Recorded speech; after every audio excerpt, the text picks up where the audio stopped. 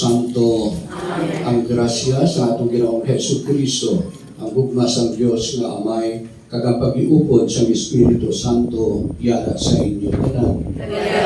Nagigilibok na ng kauturan, kinanaw nato si makadali ang aton nga mga sala, agud nga mga tapos kita sa pagsaulog simbahan ng misteryo, nga nahalad sa dayon nga kapawayan sa kalat sa aton utod nga sininita.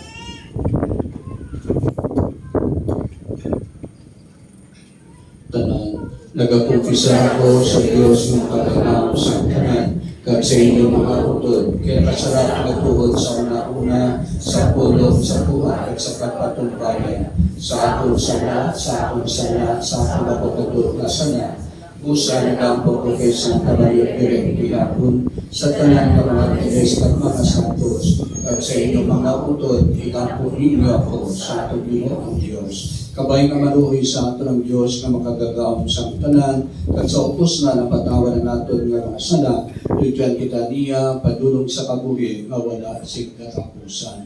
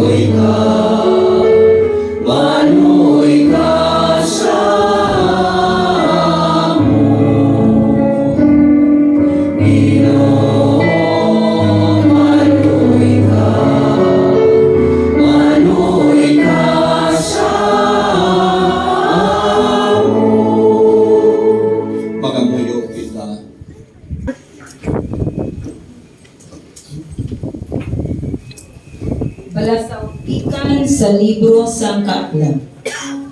Ang mga kalag sa mga matarong, yara sa kamot sang Diyos. Kag wala na sing kapintas ang makatandog sa ila.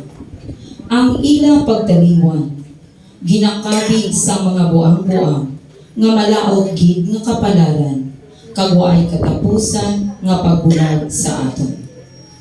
Apang sa pagkamatuod, ang mga matarong yara na sa paghidait.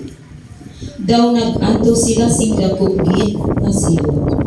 Apang makasalig naman sila, nga dili na mamatay nga masa. Malipot kaayo ang mga kasakit nga ila ginagihan.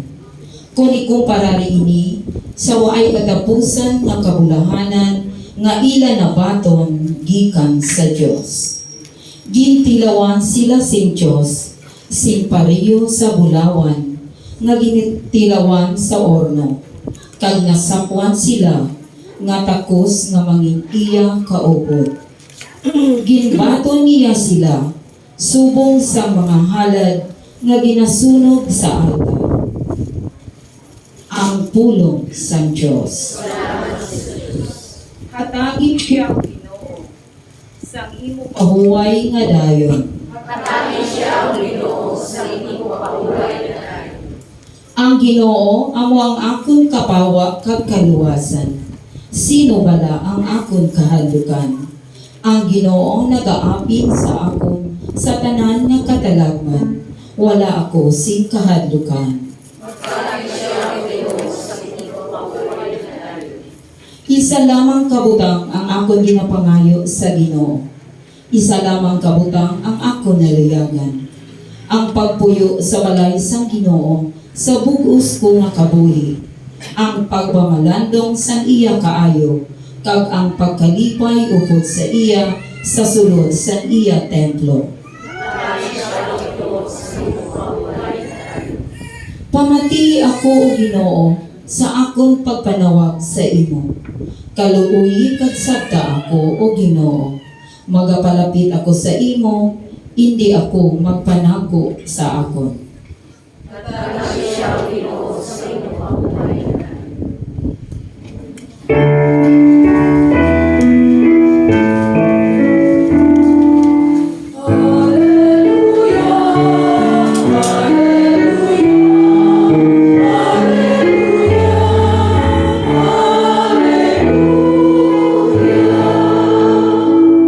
Ako amo ang kabanawan kag ang kabuhi. Ang nagatuo sa akon, bisan mapatay siya, magakabuhi sing dayon. Ang Ginoo yara sa inyo. Nagayaraman sa iyo. Mapabasa sa Santos kay Ebanghelyo suno kay San Juan. Himaya sa imo, O Ginoo. Sa nga panahon nagsiling si Marta kay Jesus. Ginoo, kunyari ka diri, wala kang tani, mapatay ang akong utod. Apang nahibaluan ko, nga bisan subong, ang Diyos maghahatag sa imo sa bisan ano kay mo pangayoon sa iya. Sa Jesus nagsiling sa iya, mabanaw ang imo utod. Nagsabat si Marta, nahibaluan ko, nga mabanaw siya sa katapusan nga adlaw. Sa Jesus nagsiling sa iya, ako among kabanawan kag ang kabuhi. Ang nagakabuhi kag nagatuo sa ako hindi naging mapatay nagatuo ka ba na sini. Nagsabat si Marta, O Ginoo, nagatuo ako nga ikaw amo ang Kristo, ang anak sang Dios nga magakari sa kalibutan. Ang Ebanghelyo sa Ginoo. Nagayaraman ka, O Ginoo, Jesus. Maglukod kita si Marta. Mayong hapon sa inyo nga tanan. Kubos nyo nga alagad ng Senyor wala nyo abisan. Ang anay pura palipudira sa Tigbangan. Nagkaroon na araw ko sa Santa Teresita. Pagkulang ko magaling no, sa Tigbangan man mismo sa paglubong dito sa isang bata pa, 49 lang ang edad, si Jenars John Villar, bata ni Judge Villar. Kagayon, si Judge Villar, kagako nakutanay sa panuwasang San Dionisio. Bilang siya dito katuig, kagako yan naglugay dito sa San Dionisio, 12 katuig. Nagalinapon sa Buenvista, dayon naglapas ako. Kagani, nag-uylog ko sa kanilang murang, kag-Tribiriyo, sa pagtaliwan sa ilang pinanagpa, kasi mga Ninita. Sila ko gani kaina inubong kaina 49 pa lang. Kadayon maayo nagitya ang iyang pwesto sa SGB, partner sa SGB ang accounting firm nga inaabot. Kagani sila ko kay nanay anonimo inaabi mo ginatawag na si Boy ang ngayon. Kung ginatawag na sa Ginoo si Boy sa piyak na kinabuhi, may nakita sina may mahimo. Pero sila ko gani ang mga maayo ba na, no? Temprano kaya kinakuha ng sila ko sa nanay. Kay bala ninyo si Boy to, tama to kabuot na bata, no, maalwan, no, mabilulikon, ilabi sa mga poor but deserving students. No.